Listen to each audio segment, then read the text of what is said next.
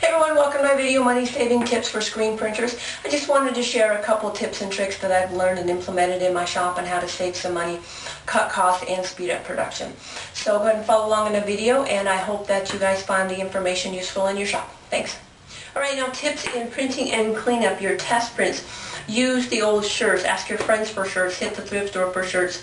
Print on every possible corner, turn the shirts inside out, and print on the inside of the shirts. Then when those are all printed up, to save on your cost of paper towels, because you'll go through a lot, cut up the shirts and use those as rags because they can be washed and reused. That'll save you some money. Alright, now how many disposable gloves do you go through in your shop? You go through a lot of them if you're throwing them away each time that you're using them. So just because they're disposable doesn't mean you need to throw them away each time. So reuse your disposable gloves. I use mine for at least a month at a time before they go in the trash. So that'll save you a lot of money if you can reuse them.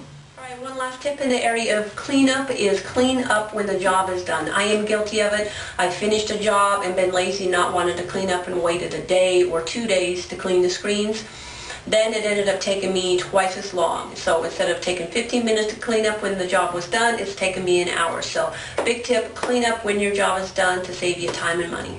Okay, so here are a couple tips on saving costs on emulsion. I've actually burned 2 images on one screen before and it's worked fine. If the images are small enough, it works good. So just put one image on this end, flip it over, put the other image on this end, and burn them at the same time. It works just fine. That'll save you on emulsion costs. Another thing is getting all the emulsion out of the scoop coater when you're done, getting it back into the container. Sometimes the goop scoop or your spatula or whatever doesn't get all of this emulsion out. So what I have done is I have made a scoop coater scoop. So pop the end of your scoop coater off and just trace the angle of it onto a piece of cardboard and then cut that out, and then that will fit just perfectly in the little grooves and it'll scoop it all out. And so I'll show you a quick little demonstration on how much of the emulsion that you could scoop out. I made the goop scoop and I just pop off one end of the scoop coater. It fits all nice and neat in the little trough. And it scoops,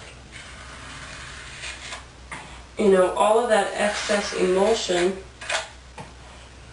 back into the bucket. So that's how it works, and it's just another little tip to save you some money.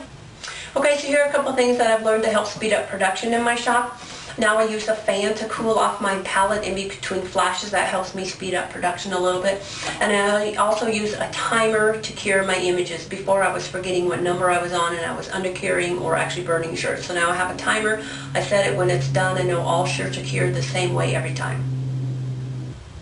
Alright, another big time and money saver is keep your shop clean and organized all the time. The scoop coater, for instance, keep the lid on it when you're not using it, because if you drop this down and you chip that edge, that's money that you have to fork out to get another scoop coater. Keep your screens in a good place. I had mine in I thought was a nice safe place.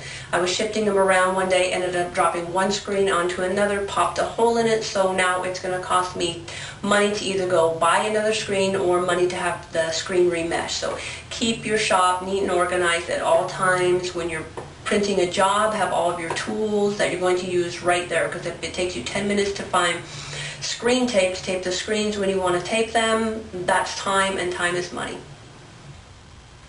Now, one important thing that I've learned is knowing what my strengths are. So know what your strengths are and know what your weaknesses are.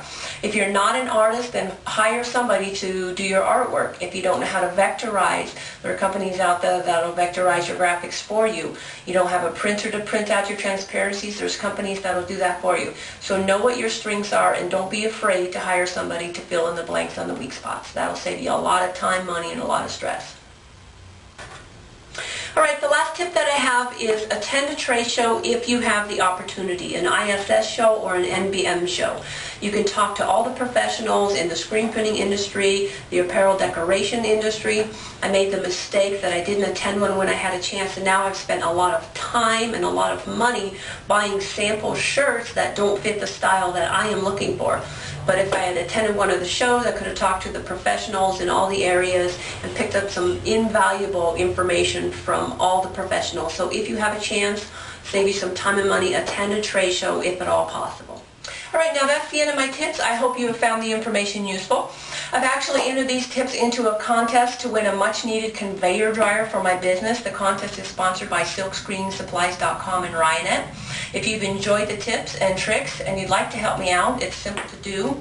You can visit the SilkScreeningSupplies.com Facebook fan page, the one that has the red Next Generation across the logo, and just find the post that talks about me, the Pondering Pooch, and just click like. It's simple.